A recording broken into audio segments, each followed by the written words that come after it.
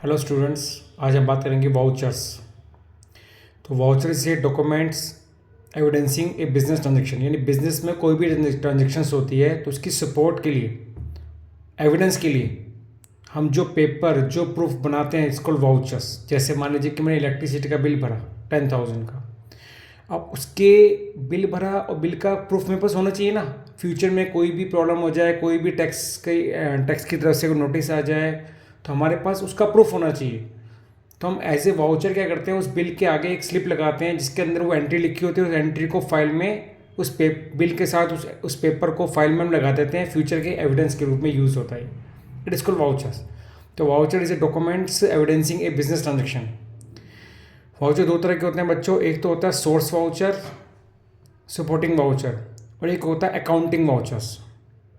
Source voucher वो voucher होते हैं जिसके अंदर कंप्लीट डिटेल होती है बिजनेस ट्रांजेक्शन की, and proof of transaction having taken place and generally for a business transaction. It's called source vouchers. और अकाउंटिंग वाउचर बेटा दूसरी टाइप अकाउंटिंग वाउचर है। It is prepare by the basics of the evidence of the transactions, analysis of a transaction and prepare by the accountant. तो इसके अंदर जैसे इसके अंदर आपके दो तरह के वाउचर आते हैं, कैश वाउचर, एक ट्रांसफ़र वाउचर। अकाउंटिंग वाउचर में हम कैश सेल का, क्रेडिट सेल का, जैसे किसी को वेजेस पे करी, जो भी बिजली का इलेक्ट्रिसिटी का बिल भरा, एवरीथिंग सब अकाउंटिंग वाउचर में आते हैं बेटा। अकाउंटिंग वाउचर दो तरह के होते हैं, एक कैश वाउचर, एक नॉन कैश वाउचर, यानी ट्रांसफ़र वाउचर। हम ट्रांसफ़र वाउचर को नॉन कैश वाउचर भी बोल सकते हैं बेटा। कैश वाउचर मतलब एक होता है डेबिट वाउचर और एक होता है क्रेडिट वाउचर्स। तो बच्चों तीन तरह के वाउचर हो गए, एक डेबिट वाउचर, एक क्रेडिट वाउचर और एक नॉन कैश यानी ट्रांसफ़र वाउचर। आज हम बात करते हैं डेबिट वाउचर बेटा। डेबिट वाउचर जिसके अंदर कैश पेमेंट में बी मेड अगेंस्ट, यानी जो हमने कैश करी है उस कैश पेमेंट की रिकॉर्डिंग होगी बेटा। जैसे एक्सपेंसेस पेड करते हैं, परचेज ऑफ गुड्स खरीदते हैं, परचेज ऑफ फिक्सेस खरीदते हैं, क्रेडिटर्स को पेमेंट करते हैं, बैंक पे जमा कराते हैं, इन सभी कंडीशन में हमारे पास से पैसा जा रहा है तो हम क्या बनाते हैं बेटा, डेबिट वाउचर। अब इसका फॉर्मेट क्या है, तो डेबिट वाउचर का फॉर्मेट है बेटा, यहाँ पर आएगा कंपनी का नाम, हमारी कंपनी का नाम XYZ लिमिटेड, वाउचर नंबर, यहाँ पे डेट, यहाँ पे अमाउंट, यहाँ पे डेबिट डाल के जिस भी वजह से हमारे पास से पैसा जा रहा है, जैसे रेंट पे कर रहे हैं तो रेंट अकाउंट, गुड्स परचेज कर रहे हैं तो परचेज अकाउंट, यहाँ पे उसका अमाउंट, यहाँ पे नरेशन, यहाँ पे टोटल, यहाँ पे आता है बेटा रिसीव्ड रुपीज़, यानी इसके एक तरह से इसको हम जैसे यहाँ पे अमाउंट फॉर्म में लिखेंगे, यहाँ पे वर्ड्स फॉर्म में लिखते हैं।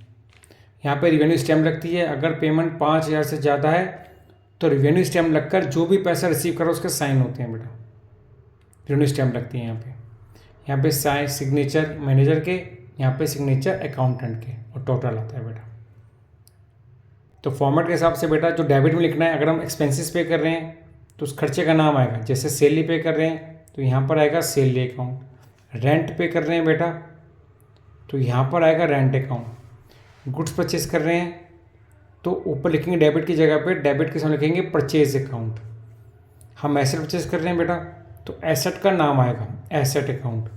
क्रेडिटर्स को पे कर रहे हैं तो क्रेडिटर्स का नाम, जैसे राम को पे कर रहे हैं तो राम्स अकाउंट। बैंक पे जमा करा रहे हैं तो बैंक अकाउंट। ओनर ड्राइंग कर रहा है तो ड्राइंग अकाउंट। तो उस फॉर्मेट के अंदर डेबिट में ये सब अकाउंट खोले जाएंगे जिस हिसाब से ट्रांजेक्शन्स होगी बेटा। ठीक, तो ये हमारा फॉर्मेट है। जैसे फर्स्ट एंट्री रखी है कि हमने परचेज गुड्स किया 10,000 का against cash vide cash memo number 338। अब यहाँ पे हमारी कंपनी का नाम XYZ लिमिटेड है, इलेक्ट्रिसिटी कंपनी है, ये इलेक्ट्रिक गुड्स खरीदती है, ठीक है। यहाँ पे वाउचर नंबर आएगा, रिसीव रुपीज़ से फिक्स है बेटा, ये पहले आप डेट अमाउंट ये लिख लेना। अब यहाँ गुड्स परचेज कर रहे हैं बेटा तो क्या यूज़ करेंगे यहाँ पे परचेज अकाउंट्स। और मान लीजिए इलेक्ट्रिसिटी का माल परचेज करें तो being the electrical goods purchase wide cash memo number 420 338, जो भी नंबर होगा वो नंबर आएगा बेटा यहाँ पे 10,000, फिर यहाँ पे साइन मैनेजर के और यहाँ पे साइन अकाउंटेंट के लिख के छोड़ देना आपको। एक और एंट्री देखते हैं, ट्रांजेक्शन और देखते हैं।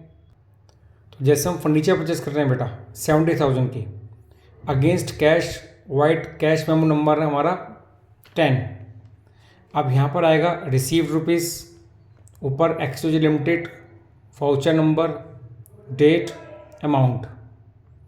डेबिट में आएगा furniture account, being furniture purchased, vide cash memo number 10, उसके सामने इसका अमाउंट 30,000। यहाँ पे साइन अकाउंट मैनेजर के, साइन अकाउंट मैनेजर। तो कुछ चीज़ फिक्स है बेटा, रिसीव रुपीज़ लिख के छोड़ना खाली आपको, कंपनी का नाम हो गया, वाउचर नंबर हो गया, डेट, साइन और ये डेबिट फिक्स है, बस ये चेंज होता रहेगा। फर्नीचर परचेज कर रहे हैं फर्नीचर अकाउंट, मशीन परचेज कर रहे हैं मशीन अकाउंट, गुड्स खरीद रहे हैं परचेज अकाउंट, रेंट पे कर रहे हैं रेंट अकाउंट, बैंक पे जमा करा रहे हैं बैंक अकाउंट, ओनर पैसा विड्रॉ कर रहा है ड्रॉइंग अकाउंट। तो बस ये चेंज होता रहेगा बेटा, बाकी तो सब फिक्स ही रहता है। तो ये था हमारा डेबिट वाउचर। डेबिट वाउचर कब होता है बेटा? जब हमारे पास से पैसा जाता है, जब हम कैश पेमेंट करते हैं। अब इसका अपोजिट है क्रेडिट वाउचर। क्रेडिट वाउचर तब बनता है जब हमें पैसा रिसीव होता है, जब कैश रिसीव होता है बेटा। तो prepare at the time of receipt of cash और व्हेन कैश इज रिसीव्ड। अब कैश कैसे रिसीव होगा बेटा? जब हम गुड्स बेचेंगे, जब हम पुराने को फिक्स एसेट बेचेंगे, जब हम कोई पुरानी इन्वेस्टमेंट बेचेंगे, डेटर से पैसा मिलेगा, बैंक से पैसा निकालेंगे। अब इसका फॉर्मेट थोड़ा चेंज है, ऊपर कंपनी का नाम, यहाँ वाउचर नंबर, इसको अपने बॉक्स में बंद करना है, रेक्टेंगल बॉक्स में। कंपनी का नाम, वाउचर नंबर, डेट, अमाउंट, यहाँ पे क्रेडिट और यहाँ पे अकाउंट का नाम। अकाउंट का मतलब बेटा जैसे हम गुड सेल कर रहे हैं, तो यूज़ करेंगे क्या? Sales account. तो जैसे हम फिक्स एसेट सेल कर रहे हैं तो यहाँ पे एसेट का नाम आएगा। फर्नीचर बेच रहे हैं तो यहाँ पर आएगा फर्नीचर अकाउंट। इन्वेस्टमेंट बेच रहे हैं बेटा तो यहाँ पर आएगा इन्वेस्टमेंट अकाउंट। डेटर से पैसा मिल रहा है, रिसीव फ्रॉम डेटर्स, तो यहाँ पे डेटर का नाम आएगा राम श्याम जो भी है। बैंक से पैसा निकाल रहे हैं, बैंक अकाउंट, ऐसे आएगा बेटा। तो यहाँ पे बस यहाँ पे चेंज होता रहेगा। सेल्स अकाउंट, गुड्स बेच रहे हैं, फर्नीचर अकाउंट, फर्नीचर बेच रहे हैं, इन्वेस्टमेंट अकाउंट, इन्वेस्टमेंट बेच रहे हैं, राम से अकाउंट, राम पैसा दे रहा है, और बैंक अकाउंट अगर बैंक से पैसा निकाल रहे हैं। तो जिस भी कंडीशन में हमारे पास पैसा आएगा हम उसके लिए क्या बनाएंगे? It's called credit voucher. Credit vouchers, clear? ये एग्जांपल लेते हैं बेटा। जैसे डेट 5 अप्रैल को मैंने गुड्स बेचा कैश में 12,000 रुपये का, वाइट कैश मेमो नंबर 64। पहले आप बॉक्स बनाएंगे पूरा, कंपनी का नाम दे रखा हो तो वो यूज़ करेंगे, नहीं लिखा हो तो XYZ लिख के यूज़ करेंगे, XYZ। Voucher number, date, credit में आएगा सेल्स अकाउंट, गुड्स बेच रहे हैं सेल्स अकाउंट। फिर ये उतार देंगे बीइंग, ये पूरा being goods sold for cash, vide cash, white bill number, cash memo number 64, amount 12,000 लिख के ख़त्म।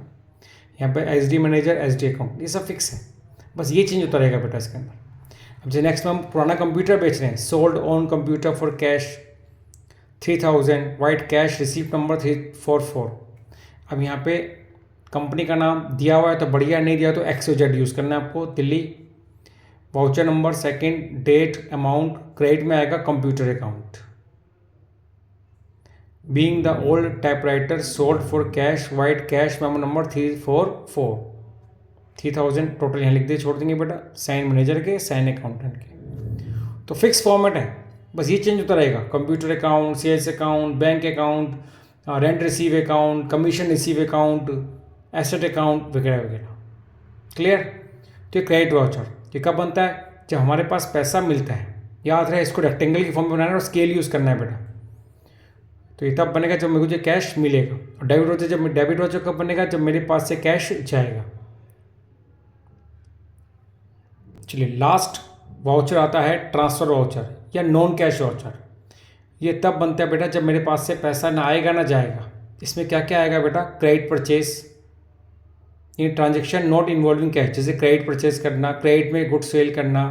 एडजस्टमेंट एंट्री होगी, एडजस्टमेंट एंट्री मतलब बेटा जैसे आउटस्टैंडिंग सैलरी की, प्रीपेड रेंट को कैरी फॉरवर्ड करने की, ठीक, इंटरेस्ट ऑन लोन आउटस्टैंडिंग की, डेप्रेशन चार्ज करने की, ये होती है एडजस्टमेंट एंट्री बेटा।